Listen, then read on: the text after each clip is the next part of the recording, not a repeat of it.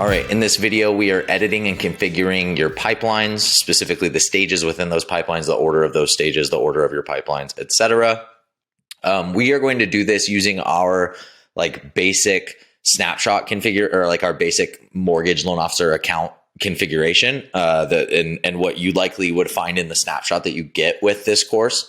And we're going to use this as an example. Okay, so as you can see, we are in the pre-application pipeline. Now, if you need to get here, you're going to click on opportunities on the left-hand side to get here. I'm starting on this screen, right? The opportunities screen.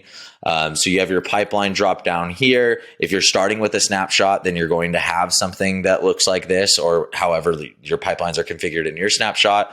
Our snapshot's going to look like this. If you change, you'll see that the stages change as well, right? What does not change? What doesn't change is the statuses. Remember, I talked about in the last video the difference between statuses and stages. Statuses, you have open, won, lost, abandoned. So what does this look like? Well, I told you I was going to show you how you can mark somebody as won, lost, or abandoned, right? Well, there it is, right down at the bottom of our screen. All I'm doing is I'm clicking on the white space on this opportunity, right? And holding that click. And that makes it so I can drag it from stage to stage. I can also drag it down to the bottom of the screen where we have our statuses: won, abandoned, lost. If it's not in one of those, where do you think it is? It's open, right? What you'll notice when you're on the opportunity screen here is that the default filter is you're only looking at open opportunities. And this is for a reason. This opportunity pipeline is meant to make things simpler for you. It's meant to show you what you need to do, or show you where things are at a glance, so that you understand what you need to do at those different stages, or maybe what automations are triggering at that stage, etc. It is supposed to be something that is a visual aid for you. And so the more crowded it is, the more crap you have on there, the more opportunities you have in a category without changing that, the less valuable this opportunity pipeline is going to be for you. And so that is also the logic behind this, having a default filter of status is open. Now you can clear this, and if you clear it, whatever you save in here is what it's going to default to when you come back next time. It doesn't reset. So when you come back into this screen next time, if you say, no, I want to see all my opportunities, okay, and then you save it and then you exit out like this, then the next time, right, if I go over to conversations and then I come back to opportunities, it's still going to stay that way. So make sure that you know that. If you apply any filters up here, this applies with any filter. If I come in here and I say owner unassigned, that's all I want to see, okay? And then I exit out of this, it's going to stay there. Those filters are going to stay there, and that can scare the crap out of you if you come in and you're expecting to see a pipeline full of opportunities and you have a filter applied from earlier, and all of a sudden you don't see any opportunities. So be aware this is something that can happen. Status is open here, and that is my default, so I'm going to keep it that way, okay? So again, I can mark these as, now watch what happens when I mark one of these. I'm going to mark this one as abandoned. Boom. It disappears, right? Or it will, right? Filter status open. I think I just marked that as abandoned. Let me refresh. Should have registered that. It did. Cool. Right? So it marked it as abandoned. I had to hit the refresh screen for it to register, but now it's abandoned. So what does that mean? That means it doesn't show up when my filter status is open. But if I want to see all the opportunities, I can just delete this filter and it'll show up here, but it shows up as abandoned. Okay. If you want to leave a reason, I don't believe abandoned gives you the opportunity to give a reason. Status abandoned. Nope. If you mark it as lost though, so we're going to go lost. It will ask you to put in a reason. You can type in to create a new reason, lost, rate. Boom. Create new lost reason. Now that's there. And now I have a reason that I lost that deal. So you could see why that would be better than having 10 pipeline stages where you look every day and you see all the deals you lost and the reasons that you lost them. Probably not a great thing for your business, probably not a good thing for your mental health.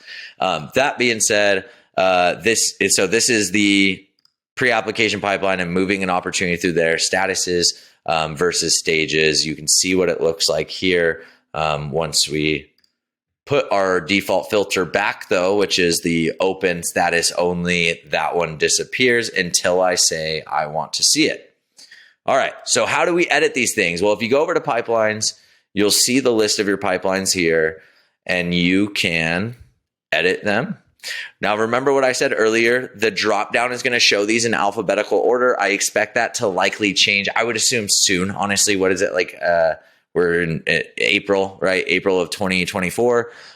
So I assume that I would guess that within the next 3 to 4 months that'll change just based on everything else that has changed. One of the things that we see a lot of different places inside of HighLevel is like this interface that where you have the little like dots icon over here to the left of where one is, right? Where my mouse is. You have like this little area. There's these dots and you can click and drag those to reorder those, right? All right. So in order to edit a pipeline, you're going to click this pencil here on the right-hand side. Okay. When you do that, you'll see the list of stages and you'll see the ability to reorder those stages by clicking on these arrows, right? So watch what happens. If I click a down arrow, boom, down arrow, boom, up arrow, down arrow. I got to put this one back where it goes. Okay. And now I'm not even going to save because I'm in a snapshot account. I'd probably get in trouble for that. So I'm not going to save, but you can see that. That's how you reorder. Now these buttons right here, these determine whether or not they show up in the funnel chart or the pie chart on the dashboard. Now these pie charts and funnel charts, these are from the original HighLevel dashboard that I think I already alluded to earlier was kind of a train wreck. Was very, very difficult to change or like get to view what you want to view in any way. And these like funnel charts and pie charts were honestly kind of an eyesore. You don't have that. I'm pretty sure you still have the ability to add one of those funnels or pie charts on your dashboard. But I wouldn't recommend it. I would say just ignore these over here. But if you want to know how to enable or disable those, then that's how you do that. That said, you can see you can add a stage here.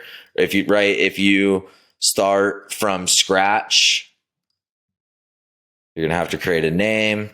You name your stages.